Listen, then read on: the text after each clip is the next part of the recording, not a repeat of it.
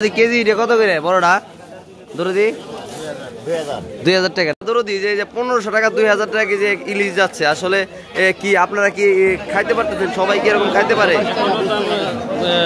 দাম যে অতিরিক্ত বেশি দাম মনে হইতেছে হ্যাঁ হ্যাঁ সরকার যে পক্ষ বলছিল যে ভারতে ইলিশ বন্ধ করে দেব সাধারণ জনগণ ইলিশ খাইতে পারবো কিন্তু আমাদের যে পরিস্থিতি আমরা কিনতে পারতাছি না এইভাবে আসলে আমরা ইলিশ খেতে পারতেছি না শুনছিলাম যে 500 টাকা কেজি ইলিশ আমরা খেতে পারবো তো বাজারে এসে দেখি সেটার দাম 1500 টাকা আসলে এটা আমরা কোনোভাবে মেনে নিতে পারতেছি না আসলে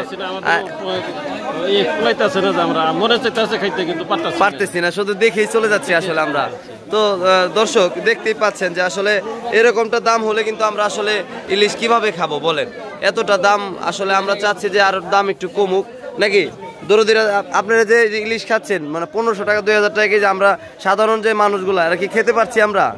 আমরা চাইলেও খেতে পারছি না তাই না 500 টাকা কেজি হলে মূলত আমরা কিন্তু ইলিশটা সুন্দরভাবে খেতে পারতাম আমরা এভাবে আসলে ইলিশ খাওয়া একটু কষ্ট হয়ে যাচ্ছে শুনছিলাম যে রপ্তানি বন্ধ হলে নাকি 500 টাকা কেজি আমরা ইলিশ খাবো কিন্তু আমরা এখন এসে দেখি যে 2000 টাকা 1500 টাকা কেজি ইলিশ আচ্ছা মাছ কোনটা কত করে বিক্রি করতেছে 1500 টাকা কেজি না আচ্ছা 1 কেজি আর কি আর এটা কত করে কেজি বিক্রি করতেছেন আচ্ছা আচ্ছা তো দরদি একটা কথা ছিল সেটা হচ্ছে যে আমরা শুনলাম যে